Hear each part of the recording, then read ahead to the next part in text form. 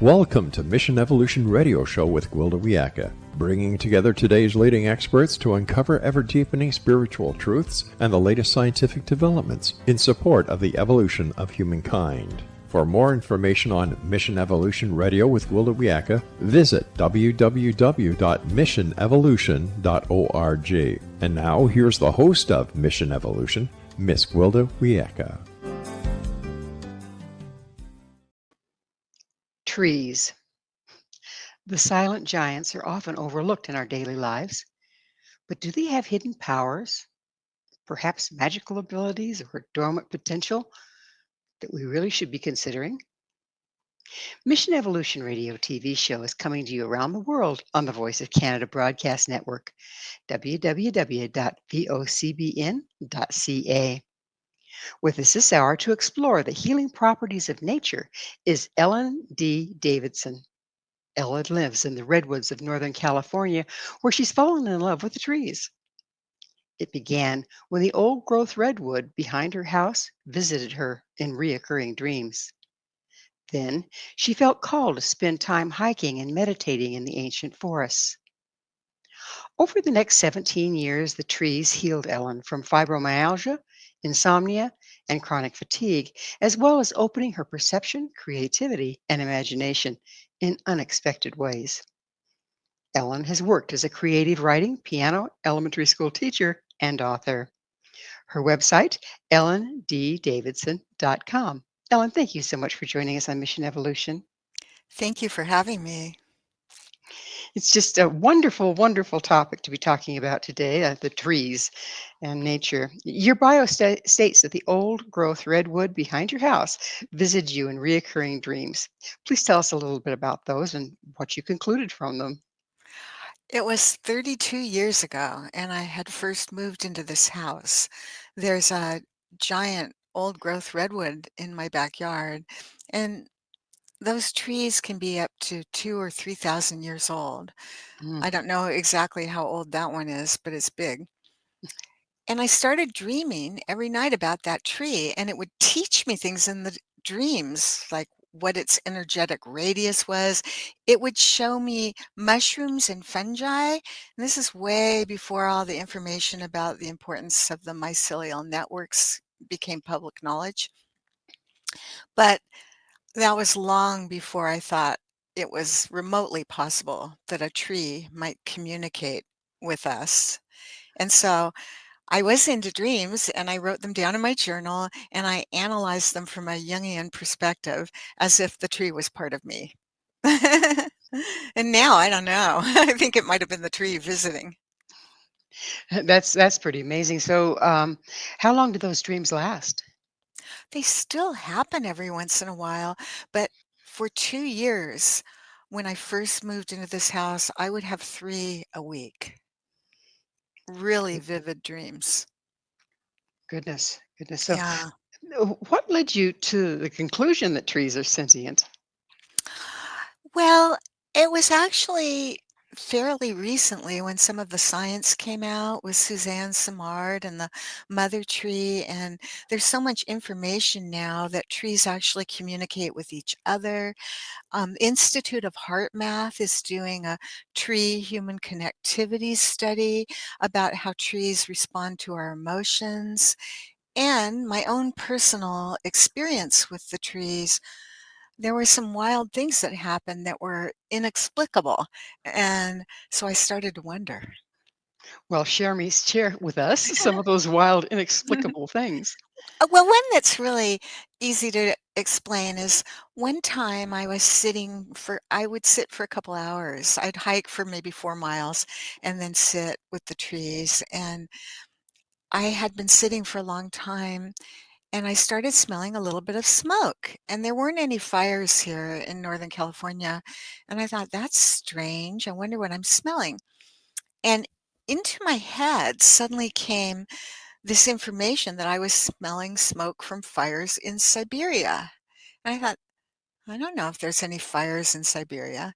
I ran home, Googled, and sure enough, there were fires in Siberia, and the smoke from them was reaching all the way to the Pacific Northwest. And I'm not sure if it was the tree aware of that and telling me, or if it somehow connected me to the collective intelligence, but I couldn't believe it. It was so beyond my wildest expectations. And that's one Well, example. well, if they said that the smoke and whatnot was passing, clear to your area, couldn't you just been smelling the fire? Yeah, I was smelling the smoke, the actual smoke, but it was making its way. There weren't any local fires. It was Right. making its way Hmm. all the way from Siberia to here. Right. So instead of it being something, I'm sorry, That's okay. instead of it being something esoteric, couldn't it have simply been the smoke was making it to you and you were smelling it? Oh, absolutely. That was what was happening. The part that was so esoteric was the information that the smoke was from Siberia, which at that point in time I had absolutely no way of knowing. So, how does one meditate with trees? They are a great natural assistance to a more profound state of meditation. Buddha was enlightened after 49 days sitting in the underneath the Bodhi tree, and I never really considered that the tree had a big part in that, but now I think it did. Trees put out a bioelectric field, and that field is really soothing to the human nervous system and sort of helps us naturally regulate our nervous systems. And when we're in a calm, receptive state, we go into deeper states of meditation.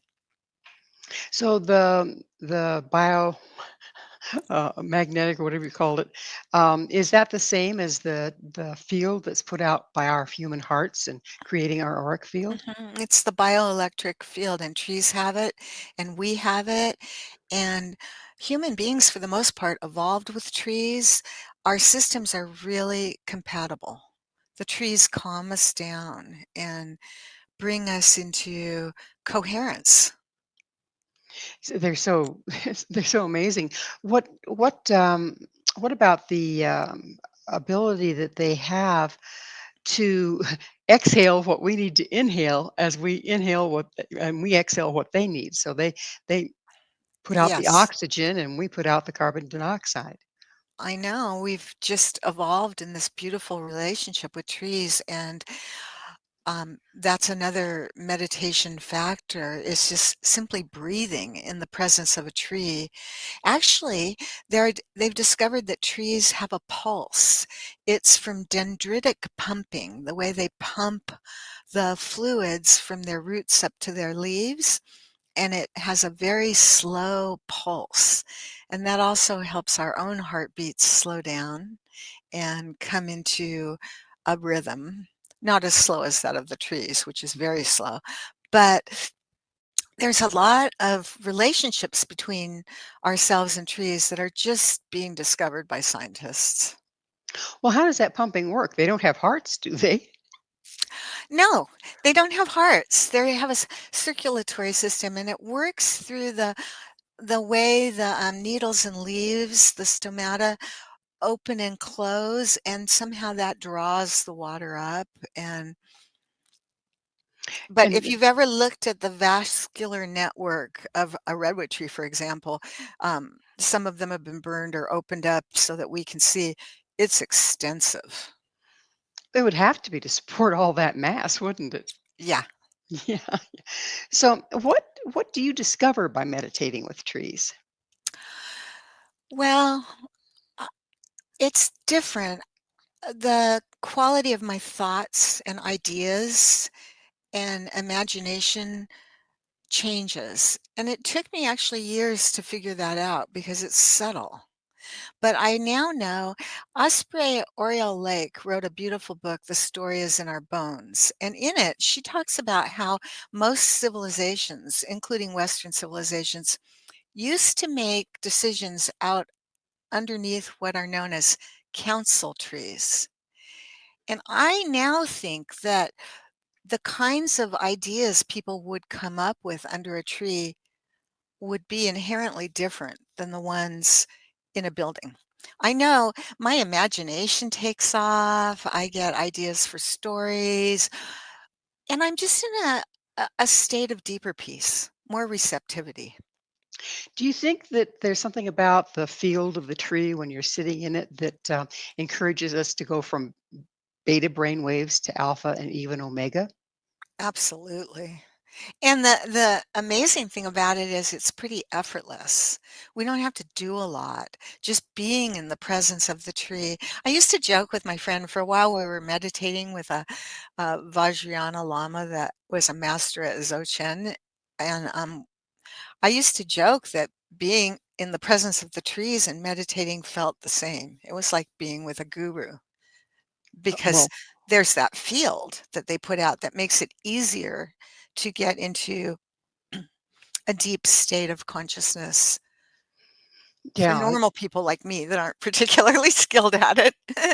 Well, throughout the ages, there's been different modalities from shamanism and the journey trance to it just goes on, where people intentionally try to get in that state to be enlightened or to get information. And how amazing that the trees offer that. Mhm. So the council tree, tell me a little bit more about that. Well, it's just this idea that these old um, trees were part of the community and people would gather around them when big decisions needed to be made. And now I think the intelligence of nature would influence the decision. And I know there's an old classic, The Secret Life of Plants, about how when someone comes toward a plant with the intent of harming it or cutting it, the plant puts out an electronic scream. So the plants and trees are more aware of us than we realize. And we're just trying to research that now. Is there quite a bit of research going on? Well, HeartMath is doing some, and there's more research with the intelligence of trees with each other. Suzanne Simard showed that when Douglas fir is attacked by bark beetles, then it puts out chemical signals, aerosols, that alert the nearby trees and they all they tighten their bark so that the beetles can't get in. So there's tremendous intelligence. As far HeartMath is doing studies about the relationship between human emotions and trees and their response. I don't know of too many other studies about that yet.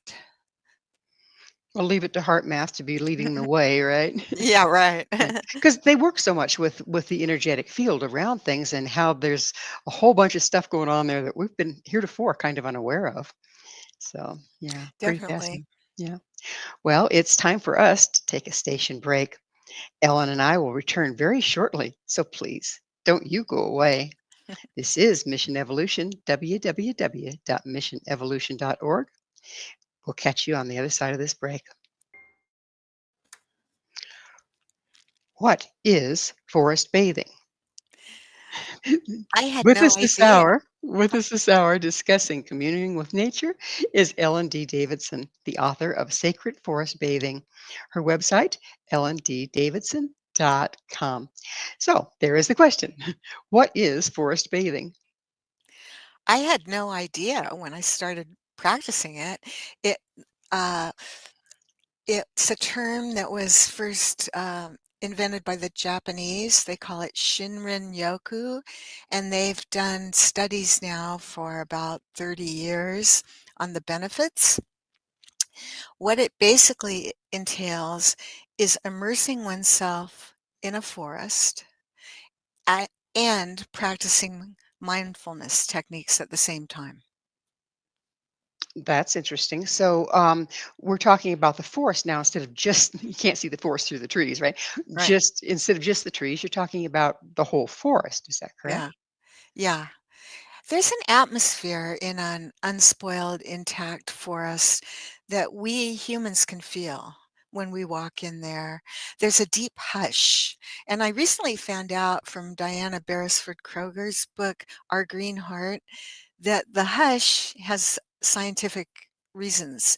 in that the lichen, the moss, and substances like suberin found in the bark actually muffle sound.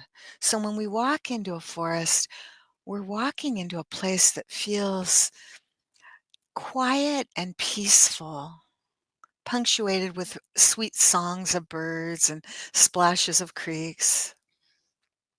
What about the smells that are around you? Oh, I absolutely. kind of wonder if we haven't had to do aromatherapy to compensate for the fact that none of us are around it anymore. Actually, that's something I think about a lot because when we are in unspoiled nature, we're getting sound therapy, aromatherapy, uh, all kinds of things. There are all sorts of beautiful smells in the forest, and perhaps I want to mention the aerosols, phytoncides that the trees put out to ward themselves from pests like insects, happen to also be fabulous for us. They not only smell really good, fresh and clean, but they boost our immune systems, especially the T cells that fight cancer and colds.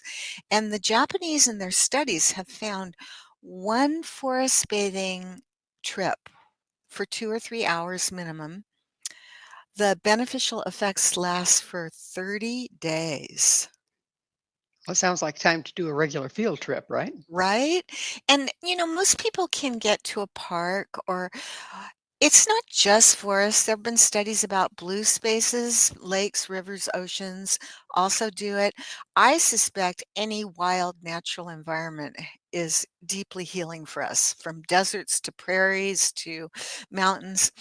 And uh, uh, basically, we're just wired to have contact with nature. It's how we all evolved.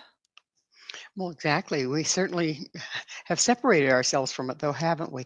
What are the results of this separation? What are people seeing that not being exposed to these elements is causing in us? Well, there's so many articles now about this epidemic of loneliness we have, which is partly because of our disconnection from the natural world and the wildlife. It's comforting to see other creatures alive and well. And being on screens too much, everybody's probably read about how challenging that is for our nervous systems and especially for children and young people. So, nature's an antidote to the fact that we're just bombarded with all these electronic signals that are disruptive. And not only to our nervous systems, but to our hormonal systems and other other aspects of our beings. So we're sitting in a house. Say we're out in the middle of nowhere, but we're sitting in a house and we have 5G going, okay, and all sorts of electronics within the house. Does that actually field or interfere with the more beneficial frequency of the trees? I don't have proof. I'm not a scientist, but it feels like it does to me when I camp and I'm outside, out of range, completely out of range. There is something in me that just calms down. I sleep better, I feel more peaceful, and it feels like a break from a lot of information. Our bodies pick up trillions of bits of information every second compared to maybe 11 that make it to our conscious awareness. And because there's such a gap between what our bodies are swimming in, literally, and picking up and processing, they're really working. Our bodies are working really hard.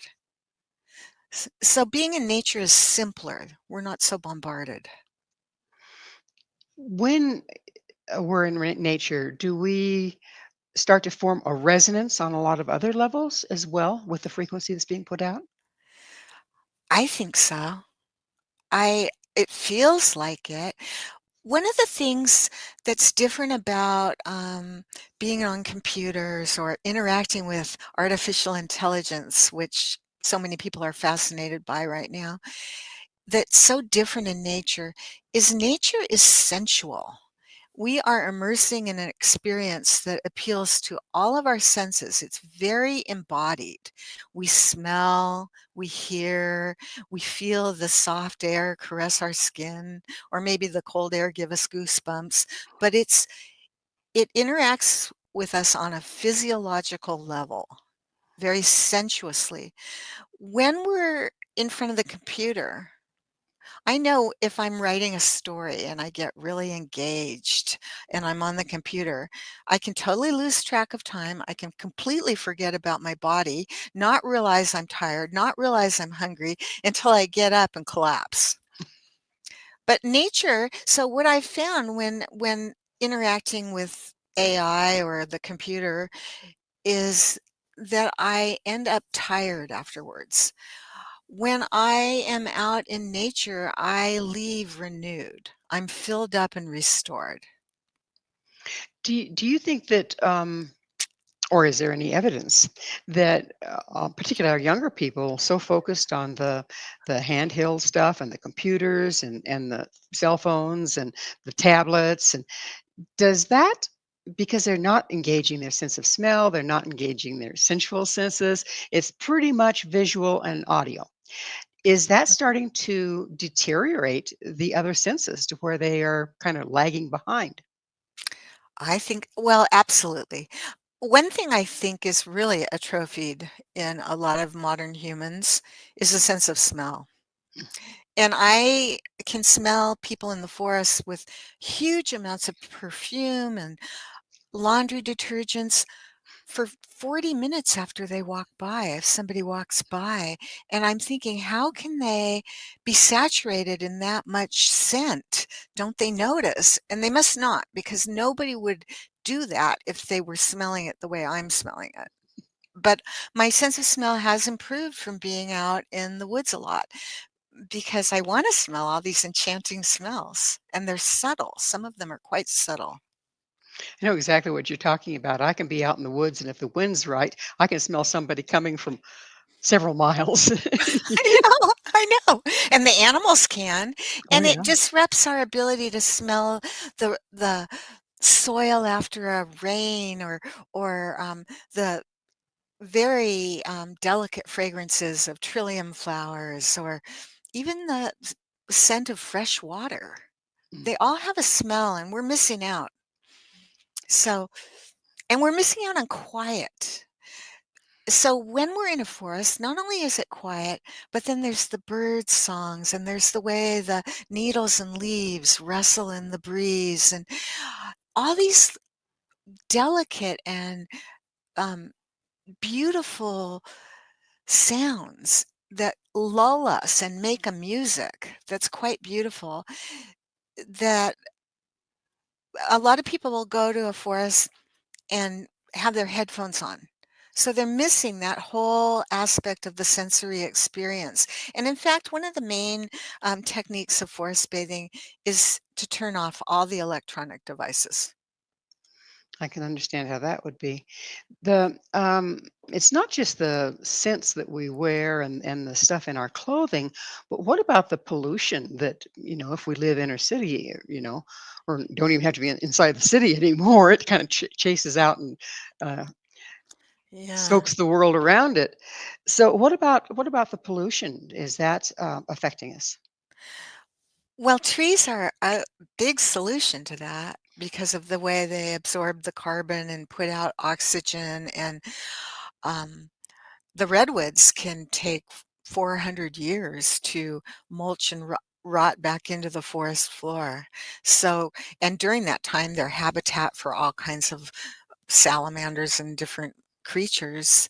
Um, so, yes, on the other hand, the pollution's not good for our trees. It coats their leaves and it makes it harder for the trees to breathe as well.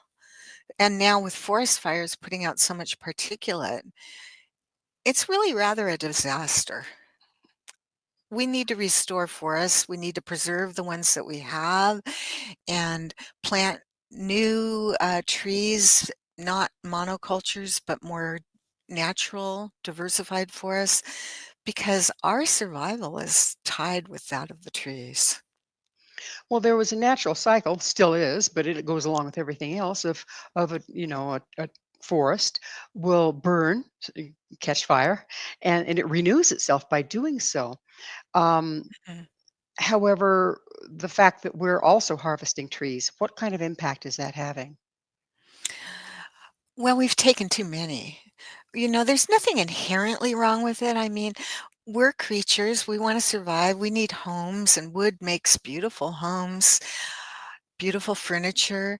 The problem is there's only at the most 5% of the old growth redwoods left. That's Mm. it. So it's just a matter of amounts. And we're kind of behind the power curve at this point, aren't we? Yeah, it's time to restore. It's time to preserve and restore and replant and thin forests in ways that don't harm them. Could we cultivate our own in addition to what needs to be there just to restore? Yeah, I think so. And Diana Beresford Kroger, who's such a tree expert, she's wonderful, and wrote another book to speak for the trees. But her plan is that if everyone would plant one tree a year and tend that tree, we could completely transform and heal our world. And it's difficult. Not everyone's in a situation where they can plant a tree or has the space to do that. But then there are organizations today, as we speak on Earth Day, Archangel Ancient Tree Archive is planting clones of giant sequoias in downtown Detroit. Oh my. If there ever were a place that needed it, right? Right. Yeah. Yeah. Yeah. So you don't, like you say, you don't have to be have a yard. You can go do it somewhere else, right? Right. Or you can help support organizations that are doing it. There are quite a number. Tree Sisters also plants trees, mostly in more tropical places, but Yeah, it's amazing how interrelated we are to the trees. Well, it's time for us to take another station break. Ellen and I will be right back to continue our discussion. So stay right there. This is Mission Evolution, www.missionevolution.org. Is forest bathing the same as skinny dipping? This is this is Mission Evolution, missionevolution.org.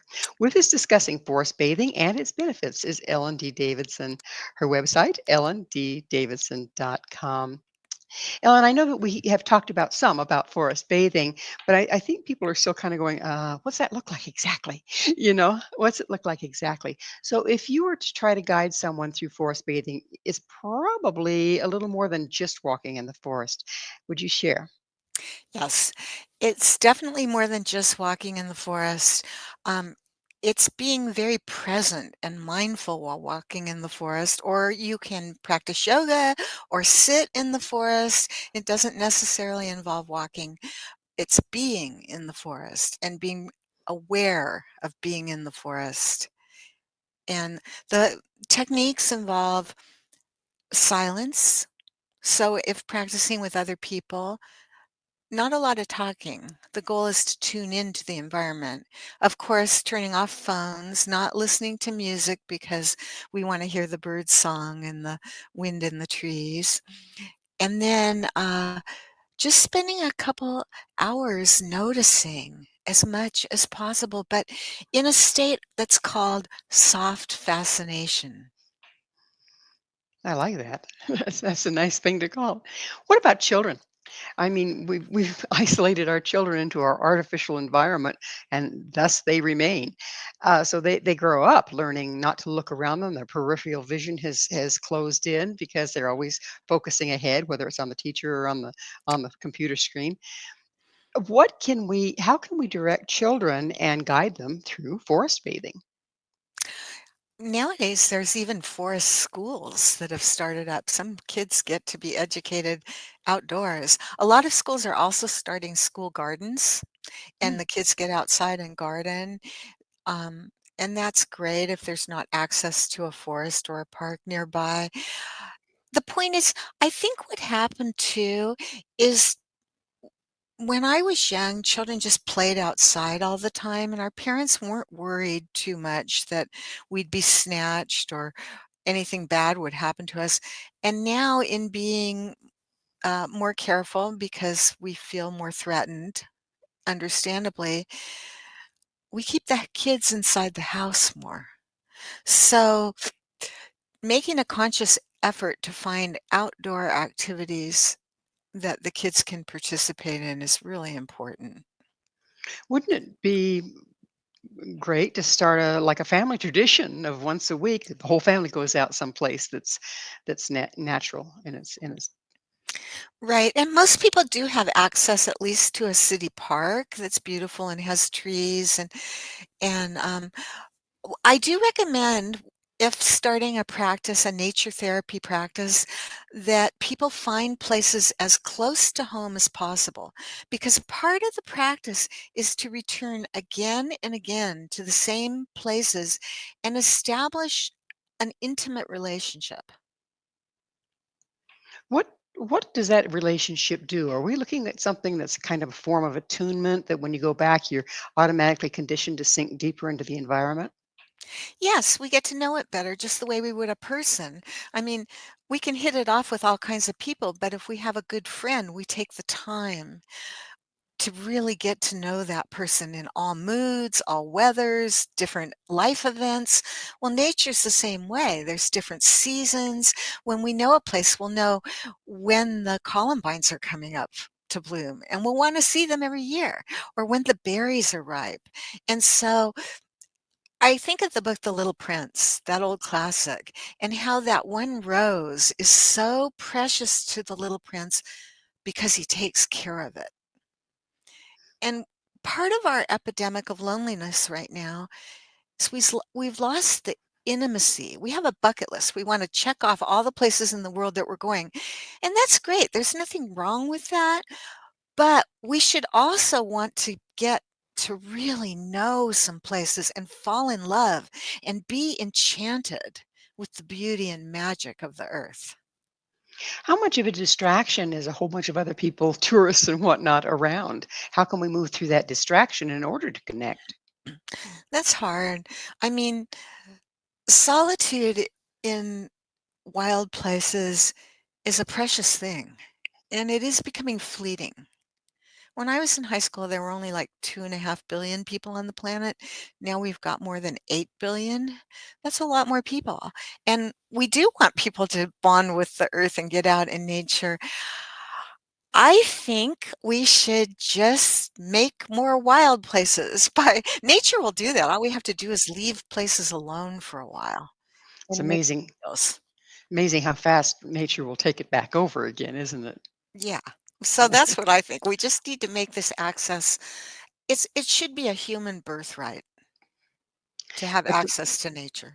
But the more people that we have, the more places we need to put them, and pretty soon there's this habitat encroachment going on, and we end up in a situation like we are now, possibly even worse. Is there a solution to that? Well, some cities, Davis in California is an example, have designed communities around parks and open spaces, and that can work. We don't have if again, rapid transit would really help us so that we weren't all driving cars and needing parking lots everywhere we go. That takes up a lot of space. We could design our communities to meet our needs. There's this line out of an old song. This reminds me of paved paradise and put up a parking lot, right? Yeah, Joni. I love that song. Yeah, I do too. What about houseplants? What about bringing nature inside? Absolutely. Not everyone is able to get outside and not everybody has access, but we can all start deepening our relationship with nature. And that can be as simple as having a plant that it's been shown, it's proven that plants respond to our attention, our love, our care. When we talk to plants, they're aware of it. Their electronic signals change, their music changes.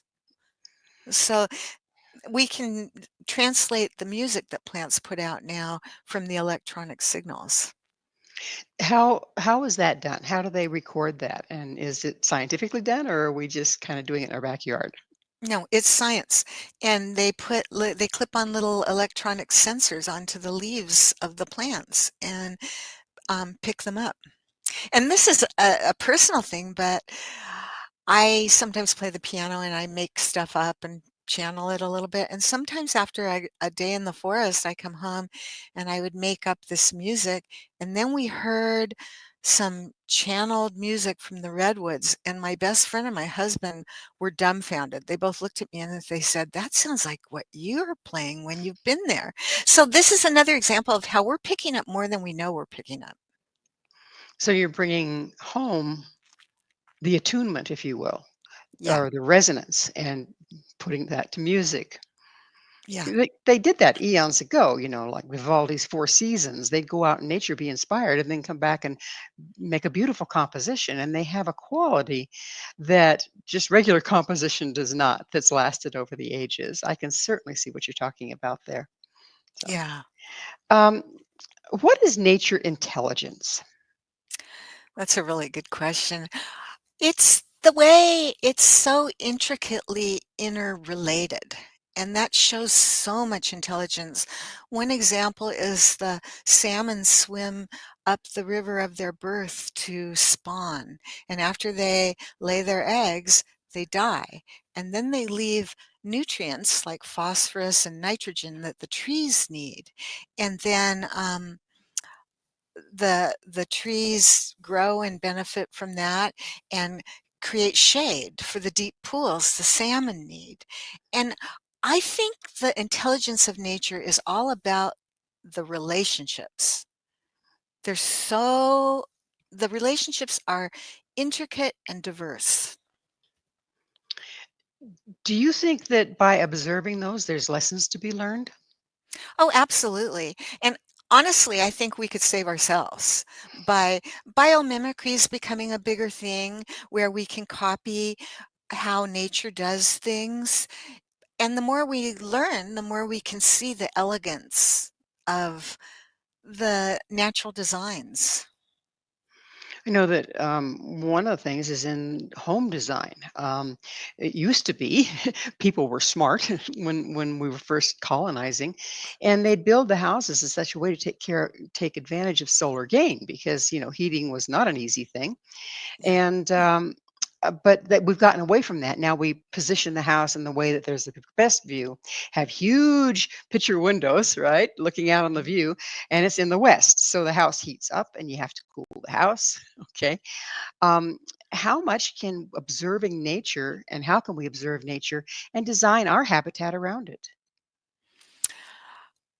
I don't know, it's probably infinite, but I do know that in cities like Baltimore, they did studies and discovered that planting trees cools the temperature in the summer by 10 degrees. Oh my. Yeah, so it really lessens the amount of energy we need for air conditioning and probably saves lives and also keeps the homes warmer in the winter in the shelter of the trees.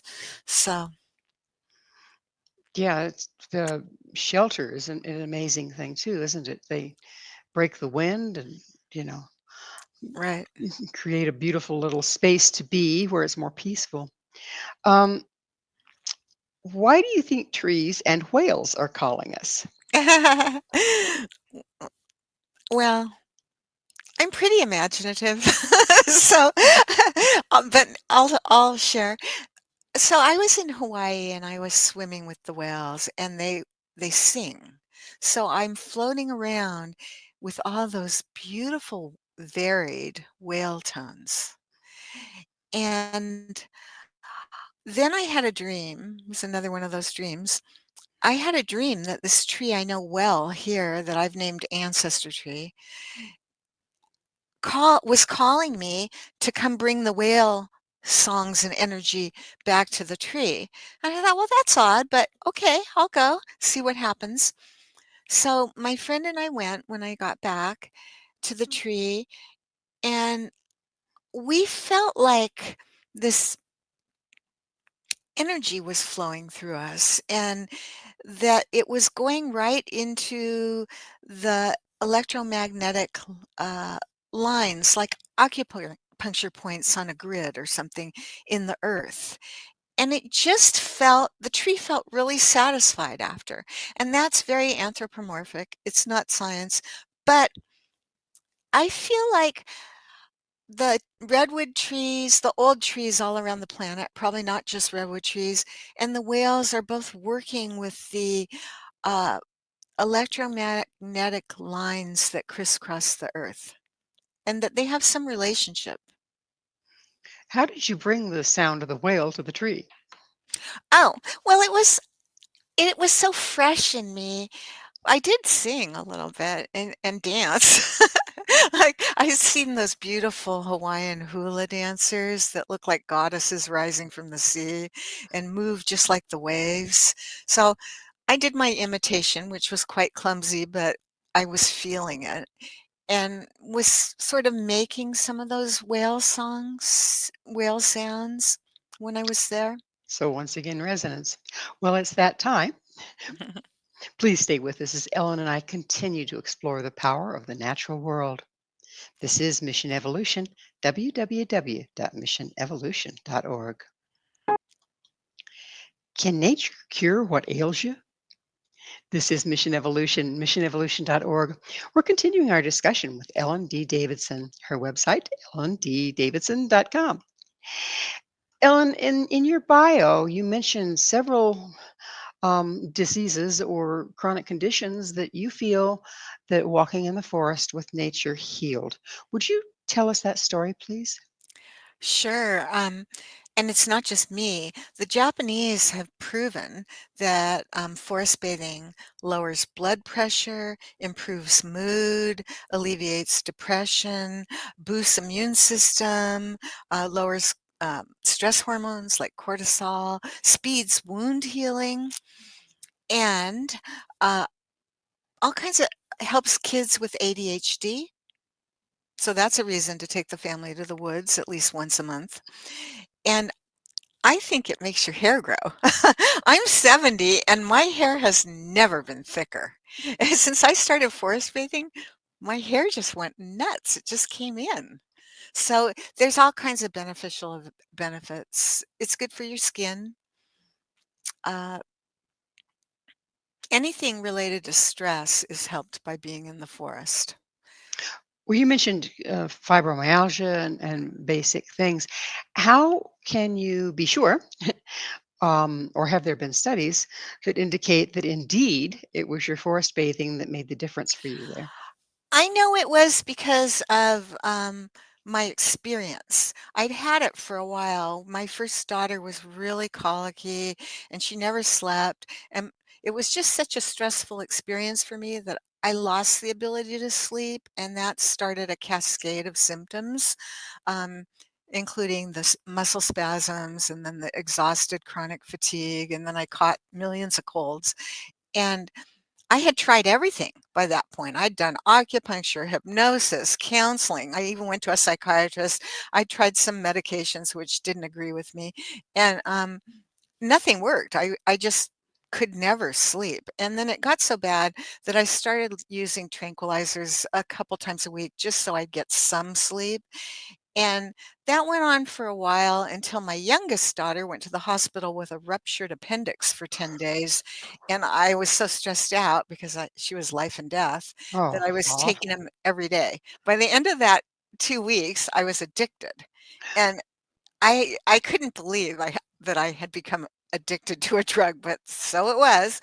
And then kind of in despair, and also just because the Tibetan Buddhist Vajrayana Lama that we were meditating with, oh, I tried meditation, suggested that we follow the Jews. And it coincided with my youngest daughter heading off to college. So I had a little more time than usual.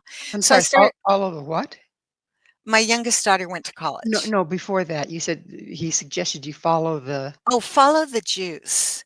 And what he juice. meant by that was what gave us energy, what filled us up with joy. And nobody had ever suggested that I do what I wanted before or given me that sort of permission. But then I started playing a game with myself on free days. and I would wake up and think, what do I want to do? And every time it was go to the forest. And then when I actually started going to the forest, it worked better than the tranquilizers ever had. And I started feeling happier and calmer and more peaceful and couldn't wait to wake up in the morning because I was going to get to go to the forest and maybe see the river otters. And it was just so magical that I know beyond a shadow of a doubt that's what healed me. I don't have those symptoms at all anymore. So, how long did it take of walking in the forest before you started noticing a difference physically? I felt better after the first day, but it just kept building with the practice. And slowly the symptoms started to fade. I think, oh, I slept great last night, or oh, my neck, I can turn my neck. How wonderful. And then it wouldn't come back. I didn't, and it wasn't placebo effect because I kept expecting all these horrible things to come back because by then I'd had them for quite a long time. So I was just, waiting for the pain to come back and it didn't. Usually, when we're kind of anticipating it, we almost create it. So that's pretty interesting. Yeah. So, let's talk about spending time in the forest and how can that aid a person's evolution, if you will? How can it help us as a species move forward versus fall underneath our garbage, literally? Hmm. That's a great question. Thanks, Gwilda, for bringing that one up. Well, I'm going to go back to soft fascination. And that is a state of consciousness where we're very present and we're very aware with open attention, but we're not sharply focusing. We're not trying to think of answers. It's a very creative state of mind. A lot of famous scientists have made their inventions in that state of mind. Artists come up with great ideas. So, in that sense, just being in the forest in the altered state of consciousness that organically arises for people is going to give us solutions and answers that we might not think of if we stayed in the boxes of our four walls and our ceiling and at home. Do you think that there's also a resonance that's being provided that stimulates? I'm having trouble putting this into words. That helps us to realign with the way life works in such a way that these solutions just kind of organically come forth. Yes. And actually, I think they might be solutions being given to us by nature too, because nature's intelligence, we're part of nature. And we're not listening very well to the larger whole. We've given ourselves the most important place and think we have to solve everything just from within our human minds, not even our whole bodies. So, being immersed in nature helps connect us to the entangled web of life. And that is an intelligent web that we're going to find solutions from being part of and being receptive. I'm glad you brought up the mind because we're pretty top heavy, and and when we're trying to figure something out up here, are we missing? What are we missing when we're trying to do it all in our head? Well, we're missing the body intelligence, our own body intelligence. And they've proven that our guts are intelligent, the gut brain, and our hearts are intelligent. So we want to integrate the knowing that we receive on multiple levels. The mind, I think, evolved to be a tool. It, I think we overemphasized that quality, which is wonderful, but it's not holistic. It's not using everything we have. You mentioned, the intelligence of the mind, the intelligence of the heart, the intelligence of the gut. If we aren't body centered, do you think that there's resonances out there that we're absolutely missing? Um, I don't know if it's possible to totally miss anything because our bodies are still picking up on things, but it doesn't come to consciousness. We're not settled enough. We're like streams of water that are all churned up and turbid, and we're frantically seeking answers to our problems, and we're not taking the time to let all that turbidity settle so things become clear. And being in nature does that effortlessly. We don't even have to try. Beauty.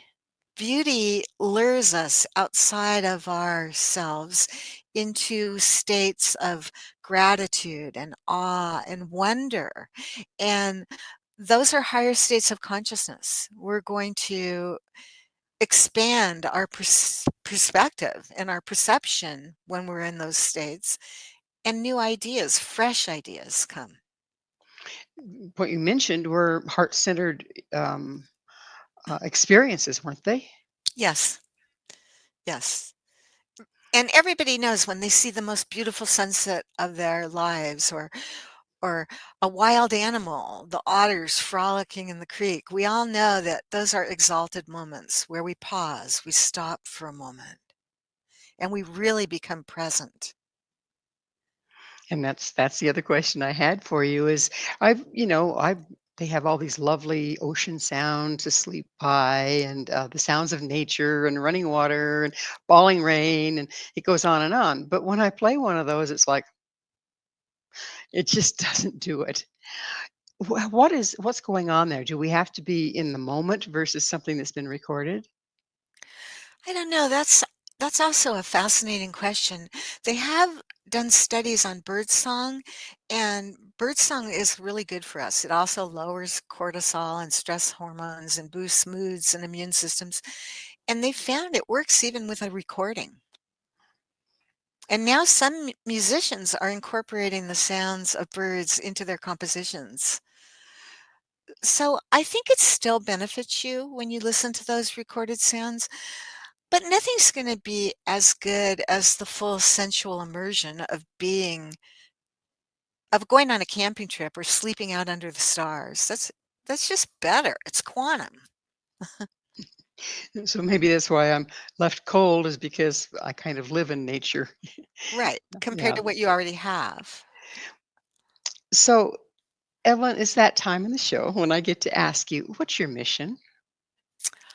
Oh, boy. Um, I guess if I have a mission, it would be to say that if we tune into nature and allow nature to be our guide, then miracles of restoration and healing on this earth beyond our wildest imaginings will happen. How long do you see that taking, and how many people do you think need to do it before it really engages? Well, it's already happening. I read a children's book called The Miracle Forest, and it tells the true story of a community in Colombia that was sustainable, but they couldn't get anything to grow. And they finally uh, got tropical Caribbean pine trees to grow. Shaded in the understory of those trees, rainforests biologists think not seen for 30,000 years, spontaneously came back, bringing over 260 species of flora and fauna back. And now they're continuing to plant. They've already planted over 8 million trees and restore the forest comes back. They True didn't plan magic. on that. Right. Well, unfortunately, we are out of time. Ellen, thank you so much for coming on the show. Thank you for having me. It was delightful. Our guest this hour has been Ellen D. Davidson, the author of Sacred Forest Bathing, The Healing Power of Ancient Trees and Wild Places. To find out more about Ellen, where you can find her book and all she has to offer, visit her website, ellenddavidson.com. This has been Mission Evolution with Gwilda Wiyaka. For more information or to visit past archived episodes, visit missionevolution.org. But please be sure to join us again right here on the Voice of Canada Broadcast Network, vocbn.ca, where this mission will continue, bringing information, resources, and support to an evolving world.